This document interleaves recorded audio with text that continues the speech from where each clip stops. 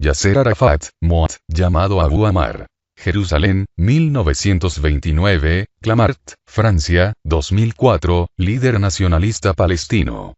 Estudió ingeniería en la Universidad del Cairo, profesión que ejercería en Egipto y en Kuwait entre 1956 y 1965.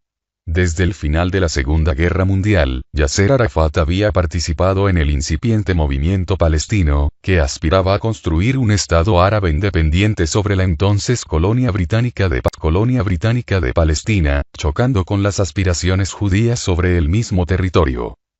Yasser Arafat, en 1944 se unió a la Liga de Estudiantes Palestinos, de la cual fue presidente de 1952 a 1956.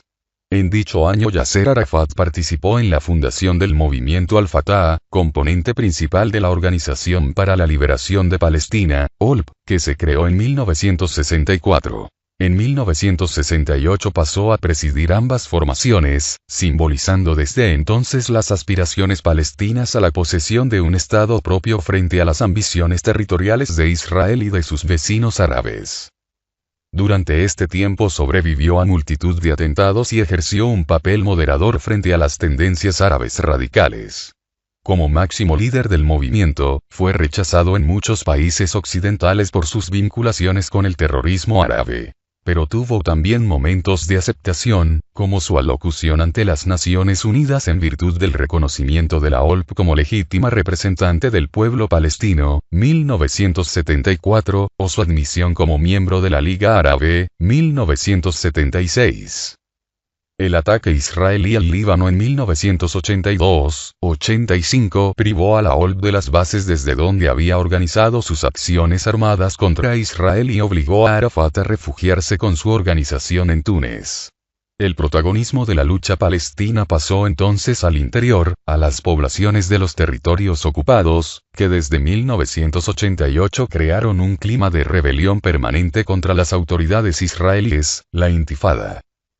Arafat intentó capitalizar ese movimiento proclamando simbólicamente la creación de un Estado palestino independiente, cuyo gobierno en el exilio presidía él mismo, que obtuvo el reconocimiento de más de 60 países. Pero las sucesivas derrotas militares de los árabes acabaron por convencerle, a raíz de la desaparición de la Unión Soviética y de la Guerra del Golfo en los primeros años 90, de la necesidad de llegar a un entendimiento con Israel. El impulso de Estados Unidos a la apertura de un proceso de paz en Oriente Medio le dio la ocasión para iniciar conversaciones secretas con representantes israelíes, que condujeron a los acuerdos firmados en Washington en 1993. Arafat regresó a Palestina como titular de un gobierno autónomo, la Autoridad Nacional Palestina, que inicialmente solo tenía poder sobre Gaza y Jericó, después se iría extendiendo al resto de Cisjordania. Las dificultades para llevar adelante este proyecto fueron enormes, dada la oposición de los radicales árabes, que lanzaron una oleada terrorista en el interior de Israel y duros enfrentamientos militares en el sur del Líbano, y de los extremistas judíos, que llegaron a asesinar al primer ministro israelí Isaac Rabin en 1995.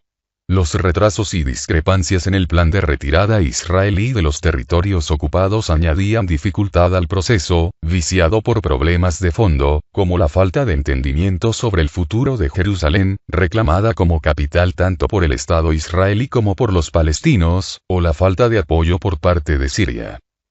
Su fallecimiento no hizo sino sumar incertidumbres a este proceso, pese a que Estados Unidos e Israel le consideraban últimamente como un obstáculo para la paz. Con todo, los esfuerzos de Arafat fueron reconocidos con la concesión, junto a Rabin, del Premio Nobel de la Paz y del Premio Príncipe de Asturias de la Concordia en 1994.